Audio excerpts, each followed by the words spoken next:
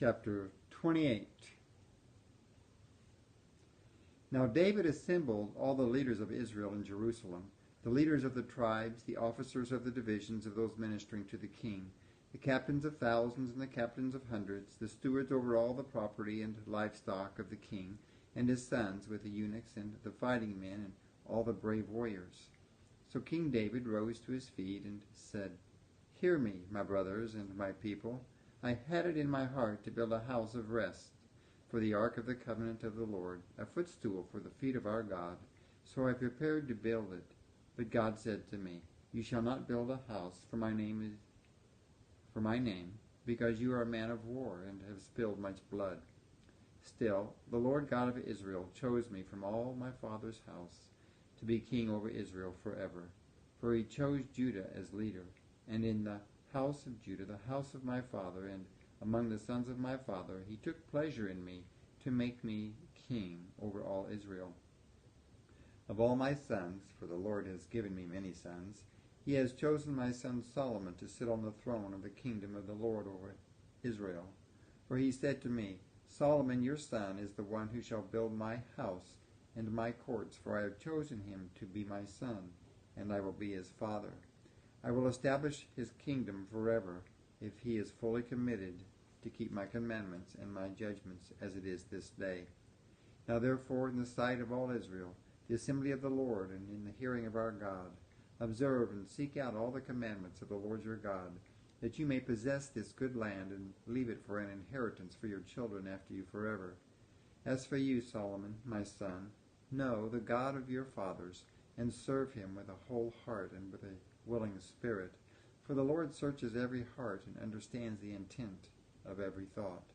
If you seek him, he will be found by you, but if you forsake him, he will abandon you forever. See now that the Lord chose you to build the house for his sanctuary.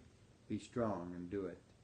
Then David gave to Solomon his son the building plans for the vestibule of the temple, its house, its treasury, its roof chambers, its inner rooms, and the place of the mercy seat, and the plans, all of which were given to him by the Spirit, for the courts of the house of the Lord, and for the surrounding rooms, the storehouses of the house of God, and the storehouses of the dedicated offerings, for the divisions of the priests and the Levites, for all the work of the service of the house of the Lord, and for all the implements of the service of the house and of the Lord, the weight of gold for all the golden implements of service, the implements of silver by weight for all implements of service, and the weight of the golden lampstands and their lamps, the weight of gold for each lampstand and its lamps, the weight of silver for a lampstand and its lamps, according to the use of each lampstand, the weight of gold for the tables of the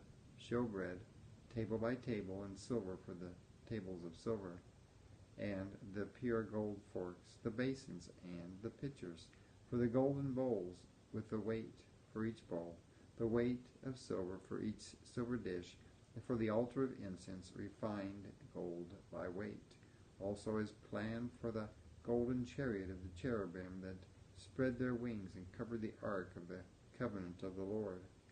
"All this," said David, "the Lord made me understand in writing by his hand upon me all the works of this pattern." Then David said to Solomon his son, "Be strong and courageous, and take action.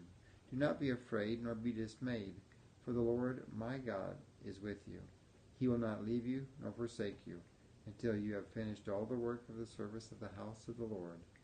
Now here are the divisions of the priests and the Levites for all the service of the house of God, and all those who are willing and skillful for all the work will be done with you for all the service. Also the leaders and the people will be holy at your command."